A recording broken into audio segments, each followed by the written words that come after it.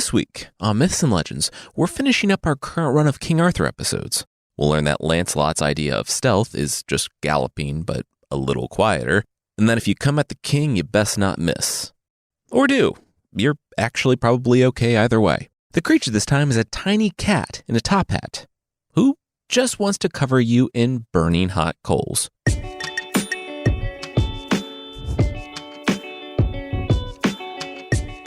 This is Myths and Legends, episode 233C, Not Dead Yet.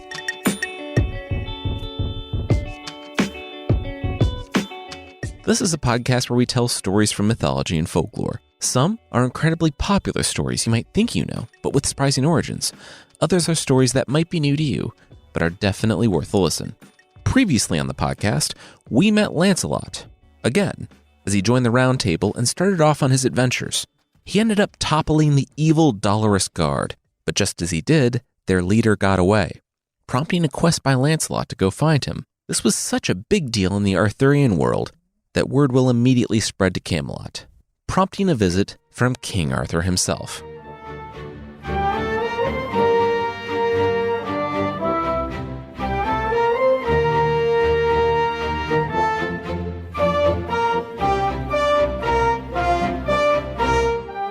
The young man gasped as the bronze statue fell inside the wall. Screams came up as the knights of the Dolorous Guard scattered and fled. The young man didn't rush toward the castle like the rest of the villagers. He ran for the stables. The Dolorous Guard had fallen. The land had been freed. King Arthur had to know.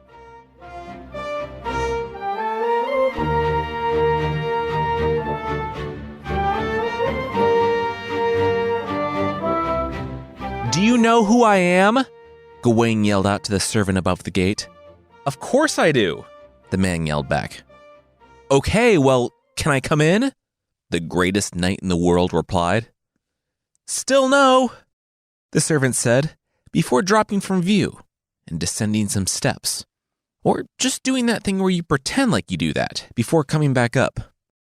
He stood corrected, dear Sir Knight. Gawain and his fellow knights may enter the first gate. Inside, there sits a graveyard. There are a few graves that Gawain should see. Gawain narrowed his eyes. He wasn't so sure about the mischievous snickering, but he was glad to be let in at least one gate. Sure, open up. They didn't, but they did throw open a side door for some of the knights of the Round Table, a vanguard for Arthur, who was on his way. Inside, the people of the castle were cleaning up the smashed and broken bronze statue, trying to pick the bits of night out from underneath. It was going to take a few weeks for that one. Gawain and the others were diverted from the closed gate ahead and taken to a graveyard. It was wide. There were graves of those who had died there. Now, Gawain walked with a hermit monk he had picked up on the way there, probably because, as a hermit monk, the man's schedule was pretty much clear, and also Gawain was a knight and a lord, and basically commanded the man to follow. As Gawain strode through the cemetery, he nodded at grave after grave. Very good, yes. These were all graves. The monk grabbed Gawain's arm. Hold up. Did Gawain know what he was looking at here? Gawain smirked. A bunch of headstones. It's a graveyard. Try to keep up. The monk pulled Gawain to the side. Gawain couldn't read, could he? Gawain staggered back. Now where did the monk get that idea? The monk said that when Gawain picked him up, he asked if the monk could read, looked relieved when the monk said yes, and then asked him to follow. Gawain told the monk to keep it down. He had his phonics scrolls and he was working on it, and literacy was very rare in this time, like 6% of the population. The monk said that he understood, and it was admirable that Gawain was working on it. He needed to know what those gravestones said, though, because on them were names of knights. Knights of the Round Table, knights who had died challenging the Dolorous Guard. There were dozens of graves here, and if even half of those knights were Arthur's, the king was at risk. Gawain, now focused on the names and sounding it out, started to recognize some. They were names of men he and Arthur had thought to be out doing the knight-errant thing, Some had been gone for months, others years, but they had all ended up here. The monk was right. The king was in danger. He had to know immediately. Gawain pushed past the smirking servant, and he and his knights rushed out of the small door, back to their horses, and made for the road. But when they got there, the knights hesitated. It was nearly nighttime. They couldn't ride home in the dark. They'd have to leave at first light. They turned toward the village and saw a white-haired man in finery sitting atop his horse. "Who are you?" Gawain asked. The man replied that he was a vavasor, a lord and a vassal who had his own castle. Hey, that rhymes. He couldn't help overhearing because he was right here the whole time. Gawain was looking for a place to lodge for the night? Gawain said that he was. The vavasor clapped his hands. Well, look no further. He had the greatest stronghold in this region, less than a crossbow shot away from the Dolorous Guard. About 400 meters? A quarter mile away? Gawain asked. The vavasor nodded. That was about the maximum distance for a medieval crossbow. Besides, if they came to stay with him, he would speak to them regarding the magic of this place. Gawain cocked his head. Magic? The vavasor refused. Not here. Not out in the open. Come with him. He whispered to his son, who, yes, I guess had been there the whole time, and the young man spurred his horse to a gallop to prepare the home for the Knights of the Round Table. Gawain shrugged. He could demand the floor of some peasant's house or go with this vavasor, who after 5 minutes of conversation seemed like a straight shooter. Sure, he gestured to the vavasor. Lead the way. It was only like a quarter mile away, so they made it pretty quickly. When they got to the castle, the vavasor told them all to get comfortable.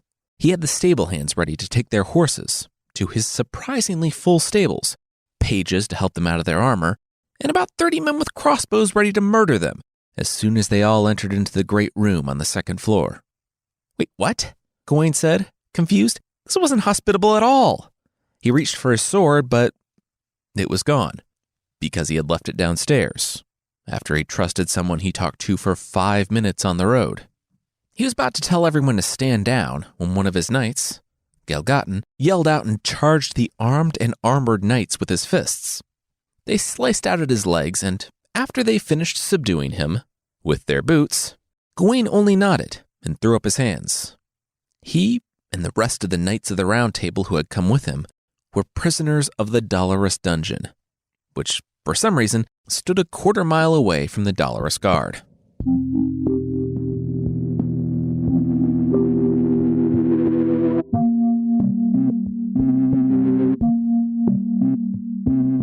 A few days later, 2 knights stood over King Arthur. Some knights were out there fighting dragons, others freeing captives and earning glory. They were holding up a sheet over the head of the king while he dipped his calves in the river. Things had slowed down since Conqueror Arthur became King Arthur.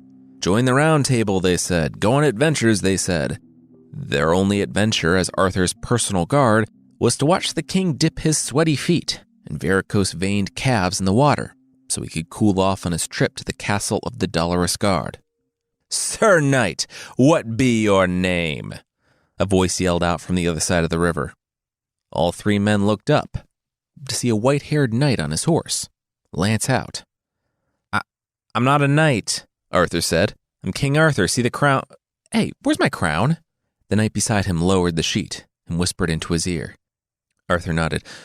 "Crown's packed away, but I'm King Arthur. Who are you?" The knight sneered behind his face mask. "I'm the knight that's going to kill you." The knight lowered his lance and charged the hapless king. Arthur splashed up from the river and then paused. Oh, the attacking knight misjudged the depth of the river. His horse was swimming with him on top of it. It was like he was riding through molasses. Arthur settled back down on the riverbank, dipping his feet back in. He looked up to his knights, still holding the sheet on sticks above his head. "Well, get that guy." The knights nodded. Yes! They dropped the sheet and waded out into the water. The horse was close, closing in on the shallows. Arthur watched his 2 knights wading through the water, and the first one there grabbed the tip of the lance, wrenching it from the hand of the attacker. The other was on his tippy toes, in grabbing distance of the horse's bridle. The attacking knight shrieked and turned his horse, kicking out at the knight. One knight held out the attacker's lance. Arthur gave him a thumbs up. Hey, yeah, good job. The other was considering following the knight. Don't do that. You're in full armor. You'll drown. Come back here, Arthur commanded, and the knight obeyed. As the knight's drip dried, they held up their armored gauntlets, making a fist. No one attacks their king with impunity. They will take a whole team of knights and go after the attacker. No, you'll pick up that sheet and hold it. It's hot out here. It's one guy, and frankly, he didn't seem all that dangerous. Arthur said that this was the clumsiest attempt on his life, and he had been through a lot of them. You're staying here, Arthur commanded. The two knights sighed, picked up the sticks with the sheet on them, and continued shielding their king from the sun.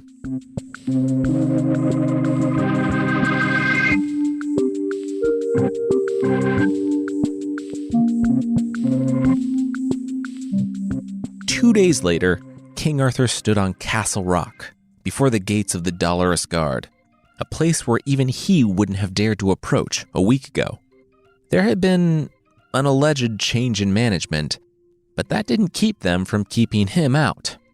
Hi, I'm not trying to pull rank or be one of those, do you have any idea who I am, guys? But do you have any idea who I am? Arthur barked. He would give the knight at the gate one guess. Notice him pointing to the crown. The knight held up his hands. Okay, he knew. Look, he wasn't thrilled about not being allowed to open the gate for the King Arthur. The knight loved the guy's work, pushing back the Saxons, uniting the realm, ending the Civil War, all great stuff. He was building his resume for joining the Round Table, but orders were orders. He wasn't allowed to let anyone in, even King Arthur. Arthur said that this was an outrage. He couldn't believe this knight's insolence.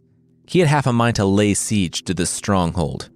Once again, with all due respect, and I've been ordered to say this if anyone threatened us with force, but, do it? Try? The knight said with a wince. He said that this castle had existed as an evil fortress that literally murdered any of King Arthur's knights that passed. If Arthur was going to attack, he would have done it by now. Once again, all due respect, love your work. The knight was going to go before this got even more awkward. The knight's head ducked beneath the wall, and after, 15 more minutes of shouting, Arthur was left to find a place to stay in town.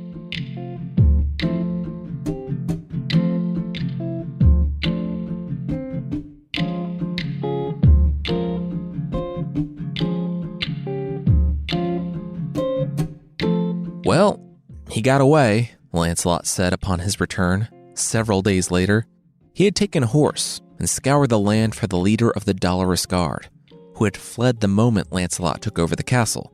Lancelot, bruised and bloody, had been forced to let him go so that he himself could recover. But by the time he was able to ride, blood still soaking his bandages, the trail had long gone cold. Still, he searched. The curse that hung over the Dolorous Guard and the surrounding lands would remain as long as the former leader lived. Lancelot called in a servant, one of those from the town who had been pressed into service by the previous evil Dolorous Guard. Status report. No one has entered the main gate, sir. Get it, sir, because you're a knight, and you're actually a sir, the servant barked, and then gushed. Tough to turn King Arthur away, but that's the job. What? No! Lancelot spat back. King Arthur stopped by? The man nodded. Mm-hmm. And he didn't let the High King of their land in. Good first week or great first week? Gawain, Yvain, and the others arrived too. Lancelot heard from the darkened corner of the room. He turned to see one of the ladies of the lake emerge from the shadows. Lancelot smiled, while the servant fretted a bit. How did she get in here? He was so fired. She continued. They had been captured by the leader of the Dolorous Guard. Lancelot begged her to explain. She said that, before a very unsuccessful attempt on King Arthur's life, the former leader of the Dolorous Guard had met Gawain, Yvain, and others, ones that Arthur had sent to learn about the fall of the Dolorous Guard. The rule was that you shouldn't take candy from strangers, but a free night in the best stronghold in Britain? Oh yeah, go for it. the Dolorous leader wasn't technically lying either, because they did get to stay in the best stronghold in Britain. Just the dungeon of the best stronghold in Britain. Next time you make sure you get that room number when you make a reservation. Lancelot drew his sword, asking where this stronghold was.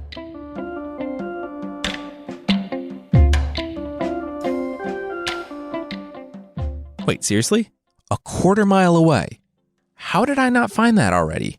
The Lady of the Lake threw up her hands, as she honestly had no idea.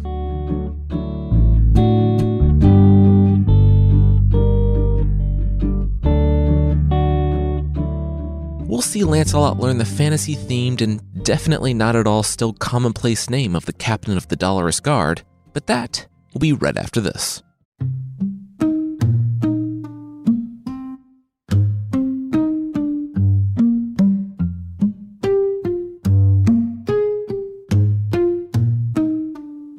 Brandon. His name is Brandon? Lancelot said, as he and the Lady of the Lake rode to the Dolorous prison. Brandon of the Isles, the lady continued. Yeah, it's like I-N at the end, so it's a little more fantasy-like Joffrey or Eddard Stark, but, Brandon. Well, we'll show Brandon, not to mess with us. It just doesn't have a great ring to it like a dark medieval fantasy boss. The lady shrugged. That's what she was tasked with telling him. Oh, and also the love thing. Wait, love thing? Lancelot asked. The lady said yeah, she was here to tell him about Brandon, but also to deliver a message for him not to fall in love with a woman that will make him an idle knight, but a better one. Lancelot stared off into the distance.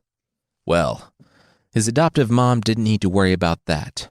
He was already in love, and he would need to prove a lot to win her heart. Yeah, you might have to, Lancelot, the lady said, and waited for it. Lancelot grimaced. Oh, so funny. What? Come on, you can't be mad. You use lances a lot. It's a great name for a knight. Little on the nose. You're like Busta Rhymes. Your name says exactly what you do. Suddenly, Brandon isn't so bad, right? Anyway, about Guinevere, don't look so surprised. I'm a witch. I know things. She kinda hates you now. Lancelot spun around. What? The lady said yeah, she had been kept in that squalid little town for close to a week because knights were keeping her out of the castle on the orders of the White Knight, who she knows as the young man she knighted. And she's the only one who knows that. She took it personally. Lancelot looked back to the castle. Oh man, well, okay. He would come back with Gawain. That would help. He would come back and welcome them all to a feast, be the conquering hero. It would be okay. That or he would die, and he wouldn't have to talk to them again. Solid backup plan.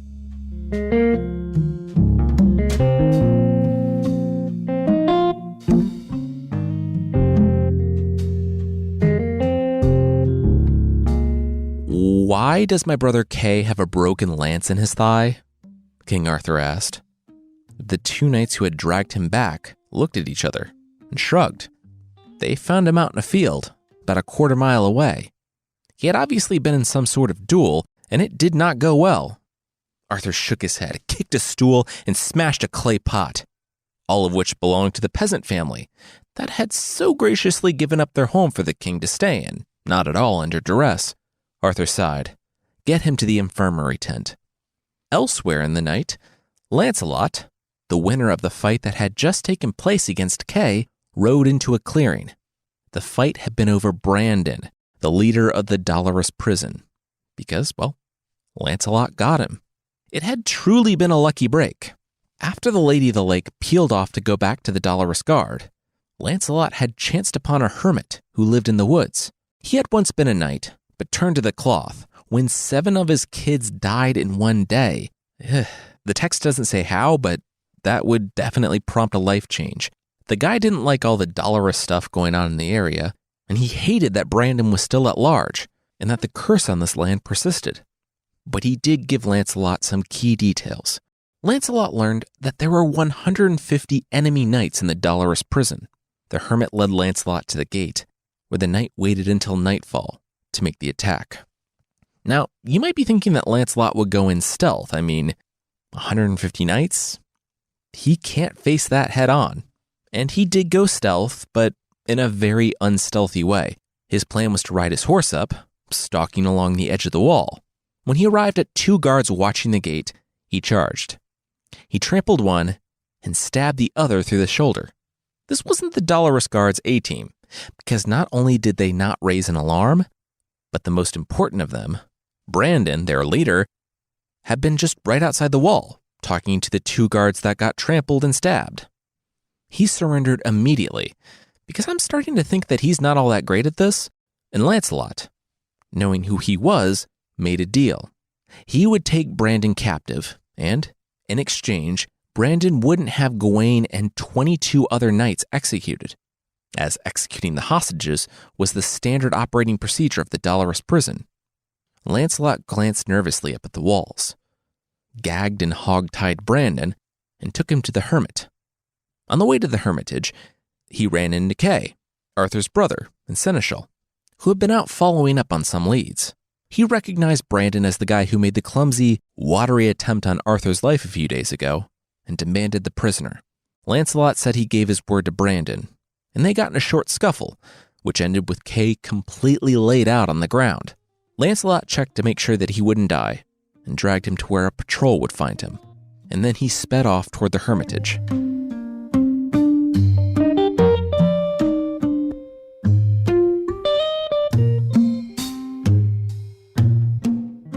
We'll see what Lancelot does with Brandon of the Isles, but that, once again, will be right after this.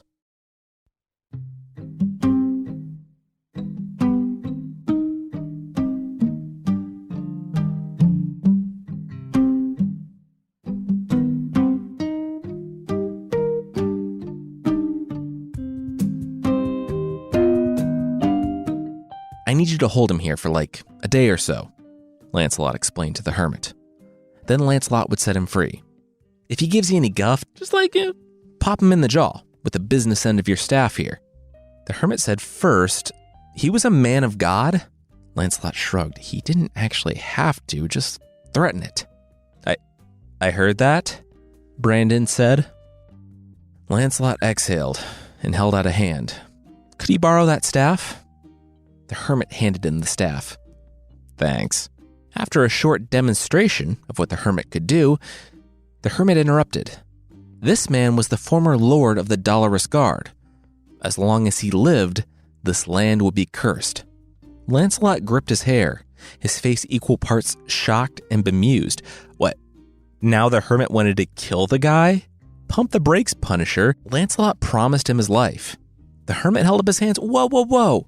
Lancelot said kill. He didn't say kill. It would be a solution to the curse on this land, but obviously not one a hermit could do. Good, Lancelot said, because the knight promised Brandon his life in exchange for the lives of the Knights of the Round Table stashed away in the Dolorous prison. Well, the hermit shrugged. Yeah, no, he got that. He just hoped no accidents befell Brandon here. Lancelot narrowed his eyes and said, yeah, so did he. Keep him safe. Lancelot will be back. The young knight ducked from the hut, but then dropped back in, grabbing the hermit's only knife off the table. He was taking this with him, to prevent accidents.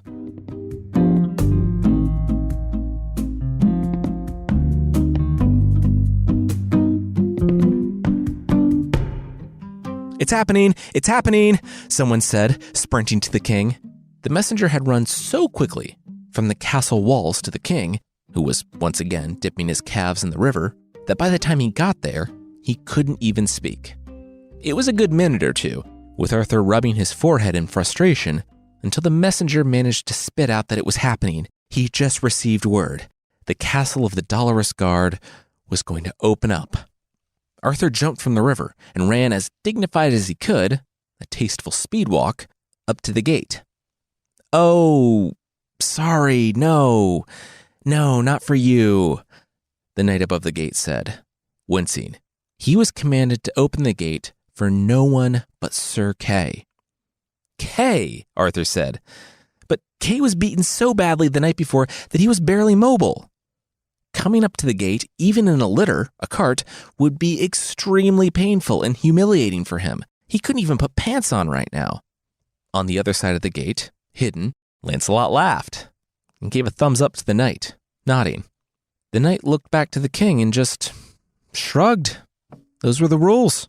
It took most of the afternoon, but for the good of the realm, and so King Arthur could get into the castle and they could all get on with their lives, Kay agreed to be carried up to the gate.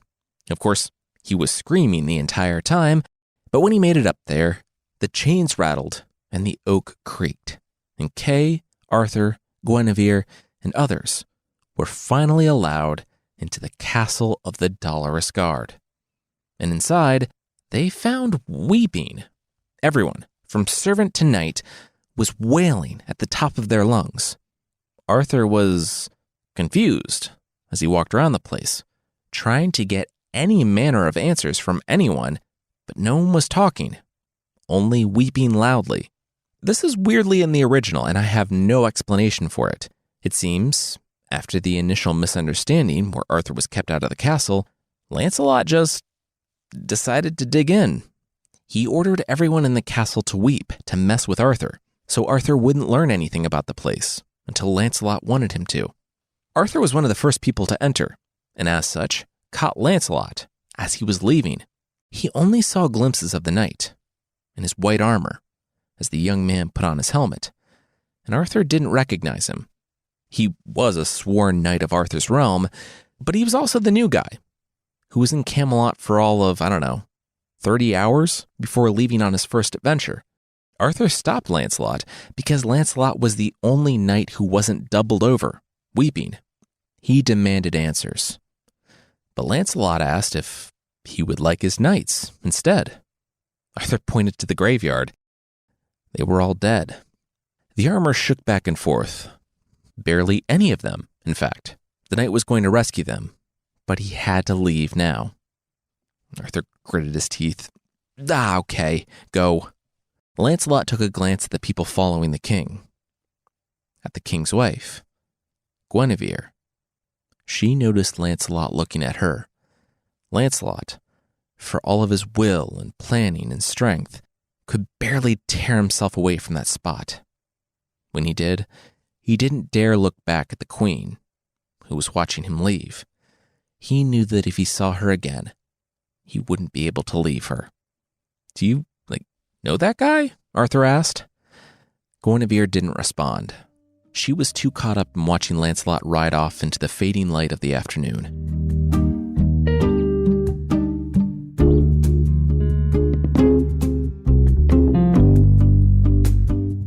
You're free to go, Lancelot announced to the knights of the Dolorous prison. What happened to the Lord of the Dolorous Guard? Gawain shouted back, looking up the stairs to the knight that was only a silhouette. He's riding from here as fast as his horse will take him, and I'm going after him, Lancelot announced. Who are you? I demand to know your name, Gawain said back. Someone who's in a better position than you to be making demands, the stranger said, and then disappeared through the doorway. When Gawain, Yvain, and others made their way up out of the dungeons, they found a locked door. By the time the knights, still in rags, were able to force their way through, their liberator was little more than a speck on the horizon.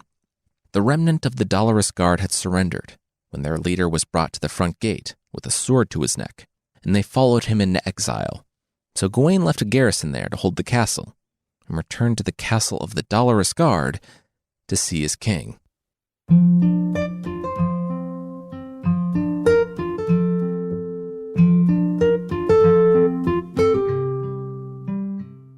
When Gawain rode through the gates of the Dolorous Guard, ahead of multiple columns of knights that Arthur thought were long dead, on account of the people trolling him into thinking that they were dead by putting actual headstones in the graveyard, everyone cheered.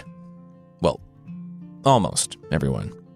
Boo! Boo, King Arthur! Boo, Guinevere! Boo! They heard. The king turned to see a young woman holding bars at his foot level in the dungeon of the Dolorous Guard. No one would have recognized her because she was the Lady of the Lake that had been helping Lancelot out the whole time. She was also mad. Can I help you? The king, Arthur, turned around and asked. I don't know. Can you? The woman replied, Arthur sighed. That's literally what he just asked. The young woman kicked back at the knights that had come to help her out of the cell that she was in. No, she would never leave. Not until he freed her. I'm right here. You're free, Arthur said with a smirk. No, not you. The one who won this castle. Oh my gosh, did he think she was talking about... Oh, that's so embarrassing. What do you need me to do to help you? Arthur barked, and then calmed down. Sorry, this whole trip had just been terrible. He wanted to help. He also really wanted to go home, so the sooner he did the first, he could do the second. No, just go home, the woman said. Arthur rolled his eyes and was about to say something else, but she kept talking. Seriously, go home and put on a tournament. He, the White Knight, the one who defeated the Dolorous Guard, would be there. If the knight sent word that you could be released, would you leave then? Gawain asked, stepping forward. The woman shook her head. Nothing short of the White Knight coming in person would lead to her freedom. Gawain put on his helmet. Then he had his quest. Come on, you just got back, Arthur said. Gawain ignored him. He would find the identity of this White Knight, and he would not stay in any town longer than one night until this woman was freed. She nodded her head. She eagerly awaited Gawain's return then. As Guinevere, Gawain, and Arthur looked out on the setting sun, each of them thought about the stranger in their land. In 1 week, he had defeated the Dolorous Guard and given Arthur all the strength he needed to defend Britain. His unwillingness to submit to Gawain's request for his identity sent that knight on a kingdom-spanning quest, and Guinevere only smiled. As Gawain mounted his horse, Arthur said goodbye and prepared to leave himself. Oh, also, a couple weeks ago, that weird kid who wouldn't tell them his name, Gawain have any news of him? He seemed to have dropped off the map after helping out Nohat. Gawain shrugged. Nope. He apparently needed Kay to help carry him over the finish line at Nohat, if Kay's to be believed. He's probably dead by now. Arthur nodded. Yeah, probably. Then he looked at his wife. What? Why was Guinevere smirking? Did she think dead knights were funny now? Those were real people. Come on. Guinevere rolled her eyes and mounted her own horse. Could they just please go home?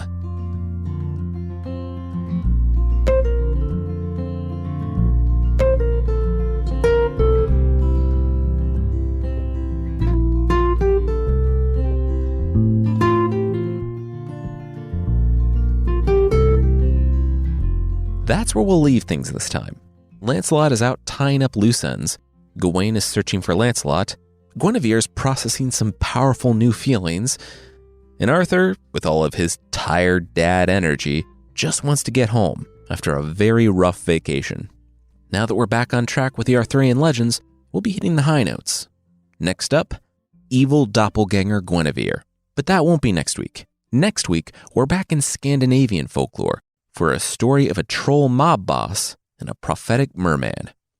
If you'd like to support the show, there's still a membership thing on the site. For less than the price of a baguette body pillow, you can get extra episodes and ad-free versions of this show that are as carb-free and comforting as a baguette body pillow. Check out support.mythpodcast.com for more info on the membership.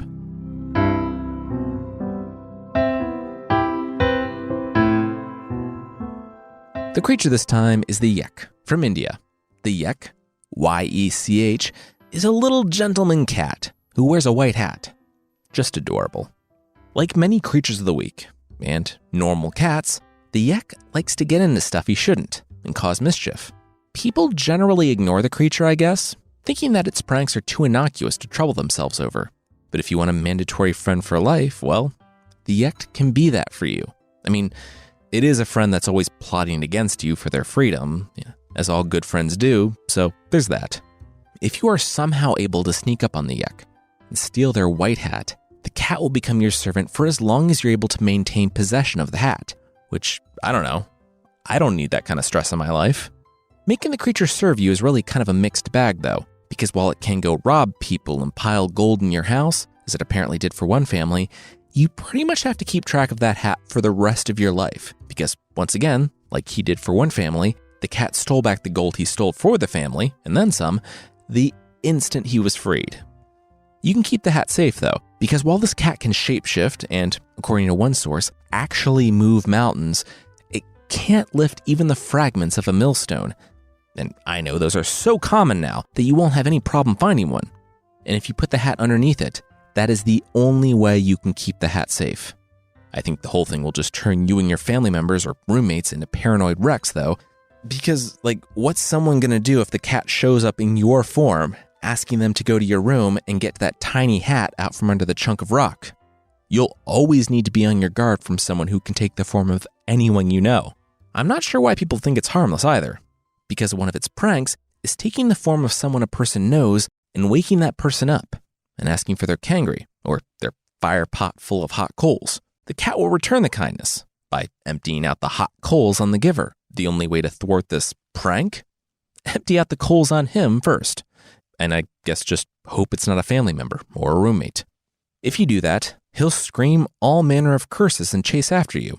Like some vampires, the cat can't cross a flowing stream, so that's how you can get away. Just never return home, though, because now you have an angry, shape-shifting cat after you that can move mountains. Though most of my experiences with non-magical cats have helped me to see that they don't need any extra incentive to be surly and hold a grudge.